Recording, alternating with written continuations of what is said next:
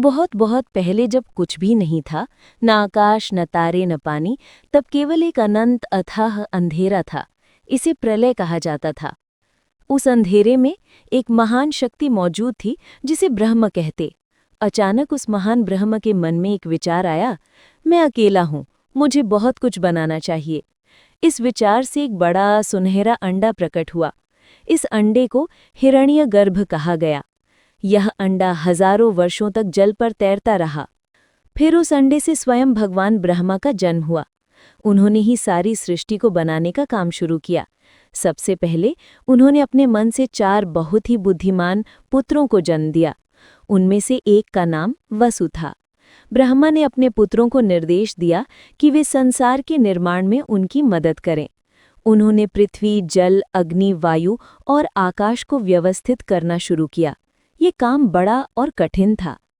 जब ब्रह्मा ने निर्माण शुरू किया तो सबसे पहले उनके मन से अज्ञानता और अंधकार पैदा हुए।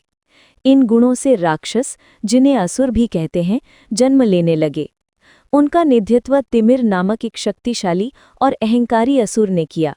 असुरों में क्रोध, लालच और स्वार्थ जैसे गुण भरे थे। तिमिर और उसके साथी सिर्फ अपने लिए शक्ति और धन चाहते थे और दूसरों को दुख पहुंचाने से उन्हें खुशी मिलती थी। ब्रह्मा को लगा कि अंधेरे को संतुलित करने के लिए ज्ञान और प्रकाश की आवश्यकता है। इसलिए उन्होंने अपने शरीर के सत्व, सच्चाई और अच्छाई अंश से देवताओं को जन्म दिया। देवताओं में दया, परोपकार और साहस जैसे गुण भरे थे। उनका नेतृत्व दिव्यांश नामक एक वीर और प्रकाशमान देव ने किया। दिव्यांश का लक्ष्य था कि वो सृष्टि में संतुलन और न्याय स्थापित करे। अब सृष्टि में 2 दल बन गए थे, दानवीर देव दिव्यांश के नेतृत्व में और शक्ति के भूखे असुर तिमिर के नेतृत्व में।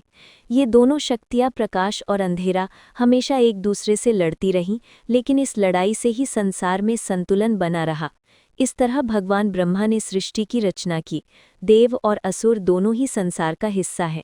ये हमें सिखाता है कि हमारे अंदर भी अच्छाई यानी देव और बुराई यानी असुर दोनों मौजूद हैं और हमें हमेशा अच्छाई की राह पर चलना चाहिए।